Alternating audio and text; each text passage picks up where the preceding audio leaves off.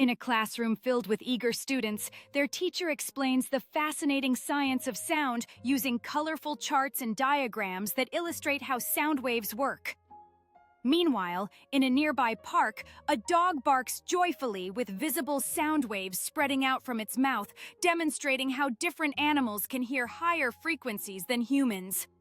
Have you ever wondered how sound travels? Sound is energy made by vibrations. When something like a guitar string vibrates, it creates sound waves that move through the air. These waves travel to your ear, which catches them and sends signals to your brain so you can hear. The speed and strength of the vibrations decide if the sound is loud or soft, high or low. Some animals, like dogs, can hear sounds humans can't because they detect higher frequencies. Sound is all around us, helping us talk, enjoy music, and discover the world in amazing ways. Like and subscribe for more videos like this.